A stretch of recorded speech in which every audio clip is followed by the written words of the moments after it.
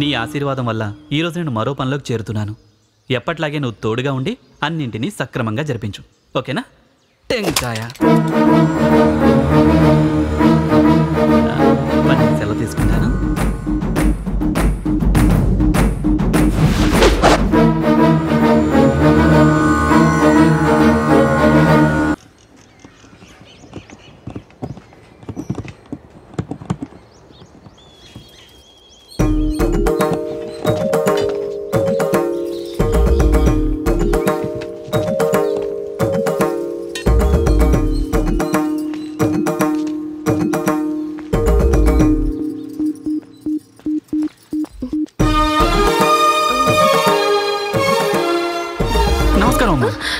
మాధవరావు గారు పంపించిన శేషాద్రి స్వామి గారి మనవణ్ణి, దక్షిణామూర్తి స్వామి గారి అబ్బాయిని. నన్ను సుబ్రహ్మణ్యం అంటారు. ఓ, మీరేనా మడపల్లి సుబ్రహ్మణ్యం? ఒక చిన్న కాంప్లిమెంట్ తీసుకోండి. అమ్మాయిలకు మామూలుగా పువ్వులు ఇస్తారు, ఇతడేంటి పులిహోర ఇస్తున్నాడని చూస్తున్నారా? తిరుపతికి వెళ్ళొచ్చిన వాళ్ళు లడ్డూ ఇస్తారు, అన్నవరం వెళ్ళొచ్చిన వాళ్ళు బంగి ప్రసాదం ఇస్తారు, శబరిమల వెళ్ళొచ్చిన వాళ్ళు పంచామృతం ఇస్తారు. నేను మడపల్లి నుంచి వస్తున్నా, అందుకే మీకు ఇష్టమైన పులిహోర. చూడ్డానికి మీరు చిన్నమ్మాయిలా ఉన్నారు, కానీ బయట అందరూ మిమ్మల్ని అనసూయమ్మ అనసూయమ్మ అంటున్నారు. అయ్యయ్యో, నేను అనసూయమ్మ గారిని కాదు. ఓ, అయితే నీ పేరు మహాలక్ష్మి, ఈ ఇంట్లో పనిచేస్తున్నావు. మాధవరావు గారు చెప్పారా? రండి. నువ్వు పద. ఆ మాధవరావే నీ గురించి అప్పుడప్పుడు చెప్తూ ఉండేవారు. బుద్ధిగా పనిచేస్తూ అతని పేరు కాపాడాలి. తప్పకుండా మామ. సరే బాబు, జీతం ఎంత కావాలి? జీతం ఏంటి మామ జీతం? నేను వండే వంటలు తిని మీ అందరి కడుపు మనసు నిండాలి, నాకు అది చాలు. భక్తుడికి ఏమివ్వాలో భగవంతుడికి తెలీదా? ఆ విధంగా నాకేమివ్వాలో మీకు తెలీదా? మడపల్లిలో వంట చేస్తారన్నావు కదా, అక్కడ పొంగలి పులిహోరగా వండేది అంతే కదా, మిగతా వంటలు రుచిగా ఉండడం తెలుసా? ఏంటి బామ్మ ఇలా అడుగుతున్నారు? మీరు చెప్పేది చూస్తుంటే గుడికొచ్చి పూజించే వాళ్ళ కష్టాలే సుబ్రహ్మణ్యానికి తెలుస్తాయి, ఇతరుల కష్టాలు తెలియవన్నట్టుగా ఉంది. మీకు ఏం కావాలో చెప్పండి. రాయలసీమ రాగి సంకటి, కర్నూలు పుల్లారెడ్డి స్వీట్, బెజవాడ మిరియాల రసాన్ని 1/2 సెకండ్లో రెడీ చేస్తాను. మనకు నోరు మాత్రమే మాట్లాడదు, చెయ్యి కూడా మాట్లాడుతుంది. అదంతా సరే, భోజనంలో ఉప్పు, చింతపండు, కారం అన్నీ సరిగ్గా ఉండాలి. ఎందుకంటే మేమంతా అయ్యో, నువ్వెందుకు బాబు ఇవన్నీ చేస్తున్నావు? పర్వాలేదు మమ్మ, మీ మనవడైతే ఇవన్నీ చేయడా? ఏమీ దిగులు పడకండి, ఈ దగ్గంతా వేడి వల్ల కావచ్చు. వేడి వల్ల అంటే ఓ రకంగా దగ్గు లాంటిది.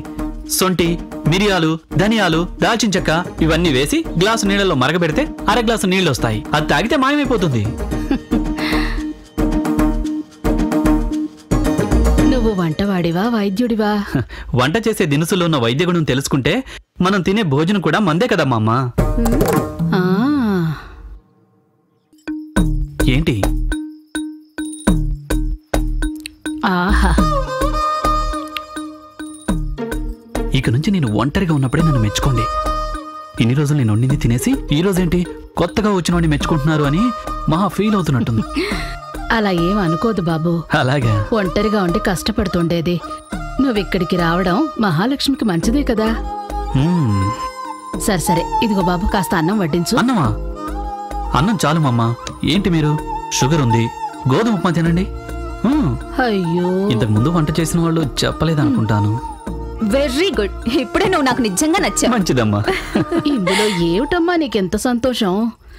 సుబ్రహ్మణ్య, నువ్వే నన్ను కాపాడాలి స్వామి. విచారించకండి మామ, నేను చూసుకుంటాగా. నేను సుమారుగా ఉండిందని సూపర్ అన్నారు, ఒకవేళ నువ్వు బాగా రుచిగా ఉండేవా? ఇలాగే ఓపిగ్గా నడుచుకునే చోట అప్పుడప్పుడు ఓవర్గా ప్రవర్తిస్తా, మహా తప్పుగా అనుకోకూడదు.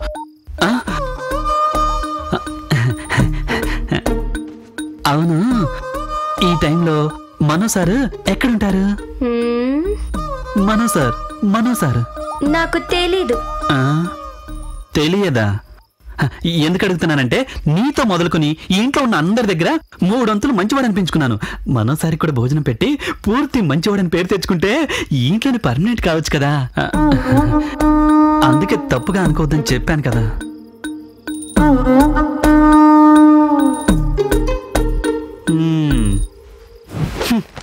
పరమశివుని కంఠమందు పాము తొంగి చూసే.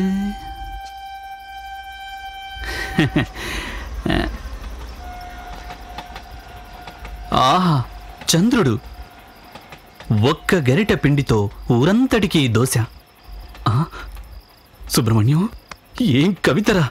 నువ్వు తెలివైన వాడివిరా. నీకు తెలిసింది, ఈ లోకానికి తెలీదే. రావోయి చందమామ మా వింత గాథ వినుమా, రావోయి చందమామ తన మతమేమో తనది, మన మతమసలే పడదోయ్. సూపర్ పాట కదా సార్. సార్, ఈ మేడ మీద ఆ నిండు చంద్రుడు, మీ పిల్లిగెడ్డం, ఇవన్నీ చూస్తుంటే ఓ కవికైతే పాట రాయాలనిపిస్తుంది, ఒక చిత్రకారుడికైతే చిత్రం గీయాలనిపిస్తుంది, ఓ తాగుబోతుకైతే మందు కొట్టాలనిపిస్తుంది.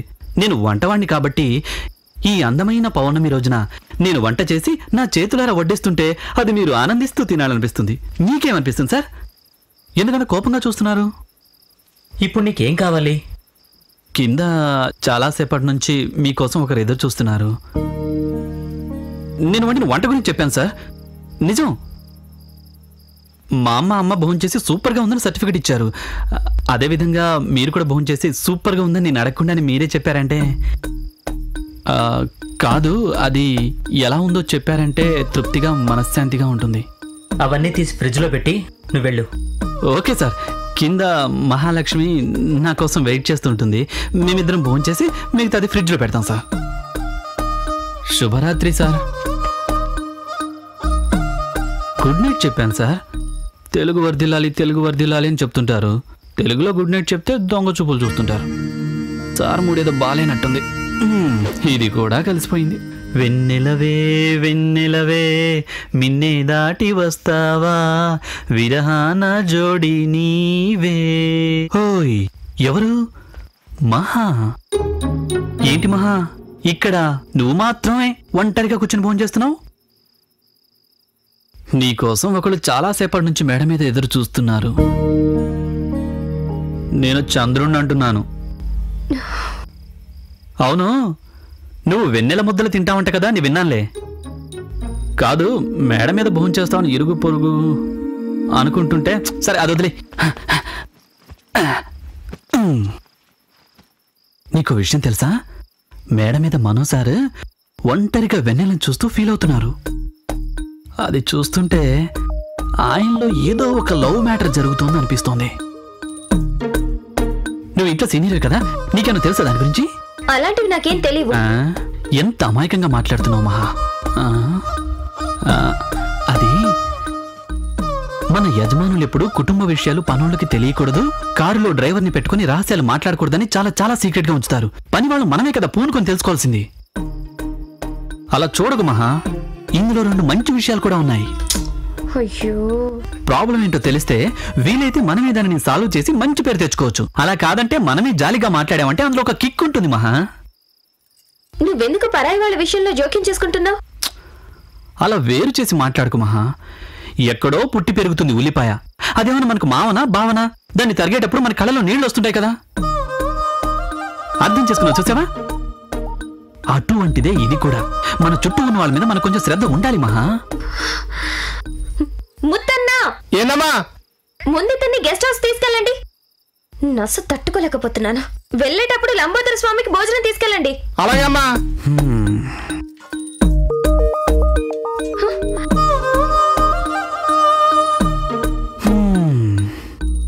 మంచి చెప్తే తప్పు అనుకుంటారు. రే సుబ్రహ్మణ్య. బాబు, నా పేరు ముత్తు. నన్ను నేను పిలుచుకుంటున్నానయ్యా. నీ గొప్పదనం ఈ లోకానికి తెలియట్లేదురా. నిజమే బాబు, వచ్చిన మొదటి రోజే నువ్వైనా నా గురించి తెలుసుకుంటున్నావు. నీ గొప్పదనం కూడానా? సరే, వదిలే. ఎలా వదిలేయగలను బాబు? ఈ ఇంటికి 10 ఏళ్లుగా గాడిద చాకరీ చేస్తున్నాను. ఈ ఇంటికి 10 ఏళ్లుగా చాకరీ చేస్తున్నాను అంటున్నాను.